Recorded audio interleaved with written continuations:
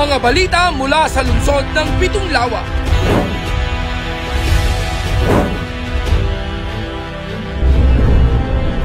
Mga pabatid mula sa alkalde sa mga tanggapan ng lokal na pamahalaan at pangnasyonal. Mula sa sangguniang panglungsod, isisiwalat at ilalathala. Abangan ang eksklusibo at eksplosibong mga ulat tuwing Sabado at Linggo, alas 6 ng gabi. Ito ang Balitang San Pablo! Narito na ang mga balita para sa linggong ito. Ordinansa sa loan agreement ng pamahalaang lungsod ng San Pablo at Land Bank aprobado na ng Sangguniang Panlalawigan. Dating Senator Leila de Lima bumisita sa People's Day ni Congressman Loreto S. Amante.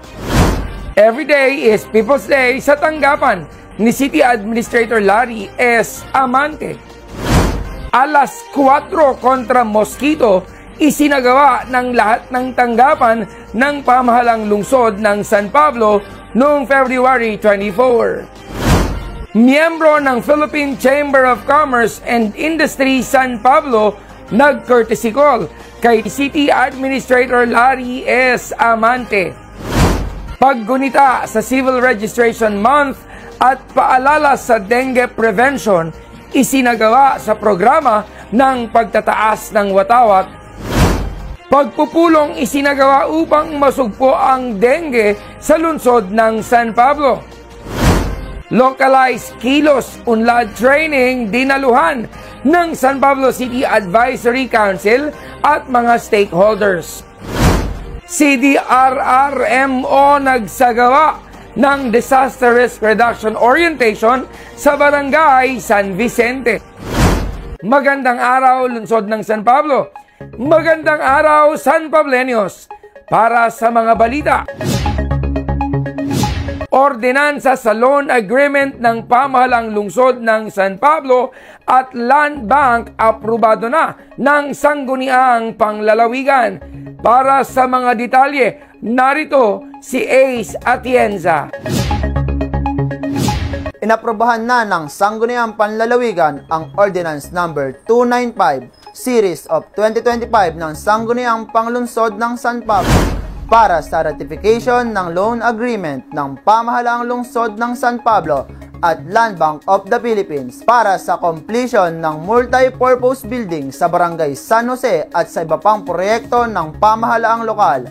Ang pag-aproba ay naganap sa regular na session ng Sangguniang Panlalawigan noong February 17 sa pamumuno ni Vice Governor Catherine Agapay at sa pagsang-ayon ng 10 board members na sina Atty. Jose Carait III, Alejandro Yu, Benjamin Nagarao, Dancel Fernandez, Francis San Luis, Wilfredo Beasa Jr., Piwi Perez, Tuti Caringal II, PCL Laguna President Jonalina Reyes at Provincial SK President ng Laguna, Benjamin A. Pelesmino, CIO, Ace Atienza, Balitang San Pablo. Dating Senator Leila de Lima bumisita sa People's Day ni Congressman Loreto S. Amante. Ang mga detalye mula kay Carlos Miguel Glorioso. Naging espesyal na bisita ni Congressman Loreto S. Amante si dating Senator Leila de Lima sa kanyang People's Day noong February 20 na ginanap sa Malbar Mansion. Patuloy ang paglilingkuran ni Congressman Amben Amante katuwang ang kanyang may bahay na si Kapitana Madet Amante upang magbigay tulong sa mga mamamayan ng ikatlong distrito ng Laguna. Nag-courtesy call naman ang mga liga ng mga barangay members katuwang rin sa People's Day sina Kalawan Councilor Charles Karatihan, dating ex-officio board member Yancy Amante, CIO Carlos Miguel Glorioso, Balitang San Pablo. Every day is People's Day sa tanggapan ni City Administrator Larry S. Amante. Ang mga detalye ng balitang yan mula naman kay John Paul Flores.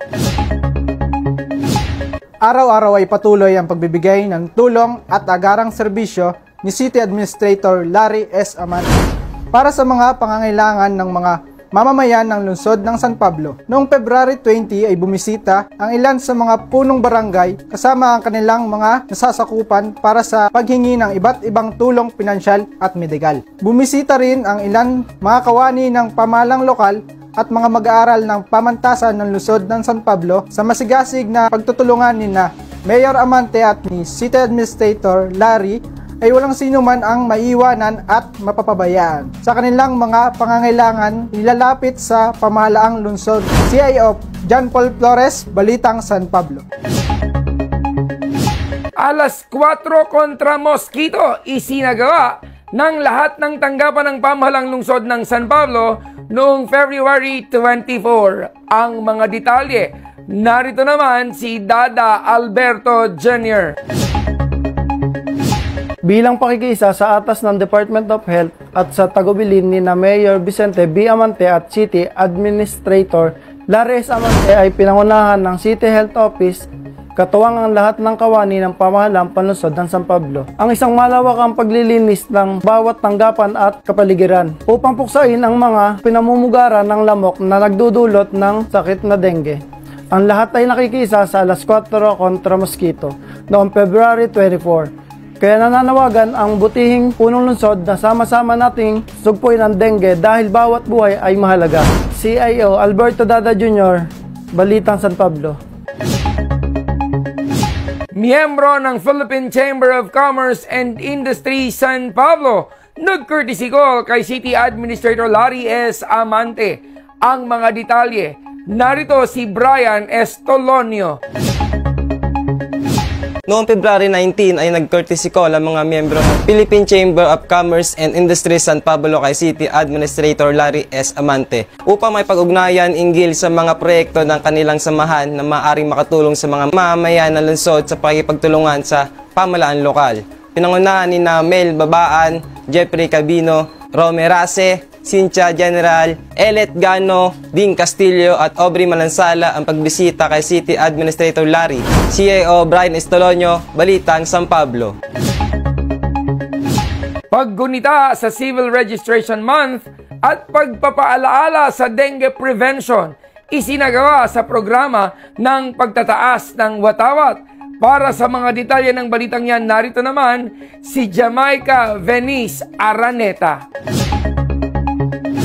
Pinangunahan ng Local Civil Registrar at Provincial Philippine Statistics Authority sa One Stop Center at ng City Planning and Development Office sa Multipurpose Building, Barangay San Jose, ang programa ng pagtataas ng watawat noong February 24.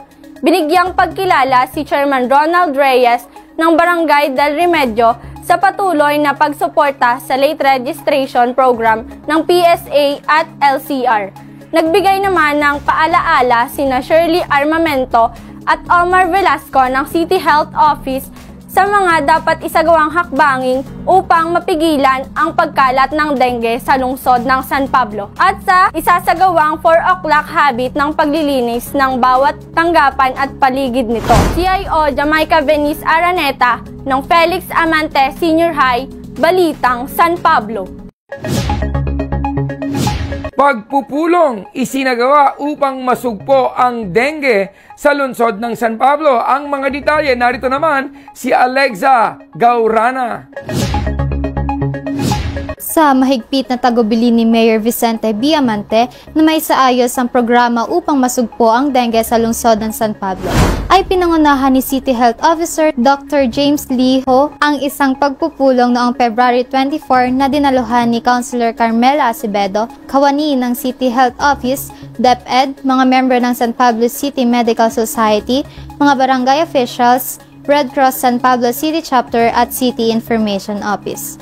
Magsasagawa ng fogging at misting kasabay ng mga cleanup drive sa mga barangay at eskwelahan upang maiwasan ang pagdami ng lamok.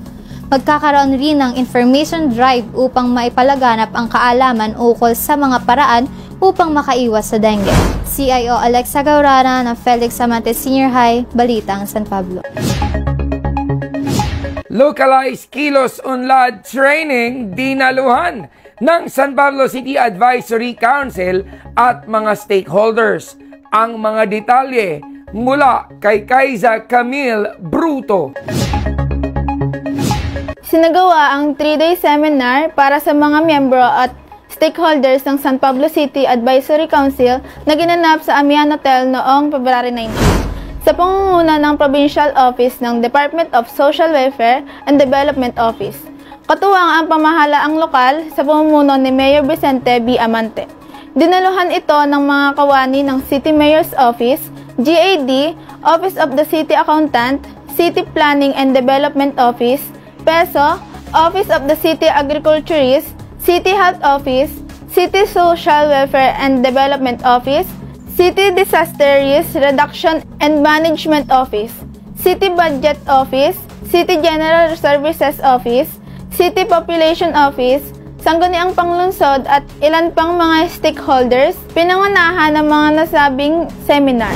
CIO Kaiza Camille Bruto ng Felix Amante Senior High, Balitang, San Pablo. City RRMO nagsagawa ng Disaster Risk Reduction Orientation sa Barangay San Vicente. Ang mga detalye narito naman si Rose Ann Alcaneses. Isinagawa ng San Pablo CDRRMO ang orientation ukol sa disaster risk reduction and management para sa mga Santevi Homeowners Association sa Barangay San Vicente. Ang nasabing orientation na isinagawa noong February 22 ay pangunguna ni na Administration and Training Division Head Rolly Asaula, Administration Deputy Jeffrey Bolahan, at Staff Stephanie Shane Gia. Staff conducted an orientation on disaster risk reduction and management for Santevi Homeowners Association. CIO, Rose Ann Alcaneses, Balitang, San Pablo. Para sa karagdagang impormasyon ay i-follow kami sa aming Facebook page at City Information Office San Pablo o CIO San Pablo. Mag-subscribe din sa aming YouTube channel at CIO San Pablo. Ito pa rin ang tagubilin ng ating minamahal na punong lungsod, Mayor Vic Amante kasama si Vice Mayor Justin Culago at ang bumubuo ng Sangguniang Panglungsod, ganon din ang ating punong administrador Larry S. Amante. Serbisyong may ngiti, San Pablenyo ang wagi. Ito ang mga balitang nakalap namin sa linggong ito. Ako, si Gali Galicia, ang inyong City Information Officer. Magandang araw! Ito ang Balitang San Pablo!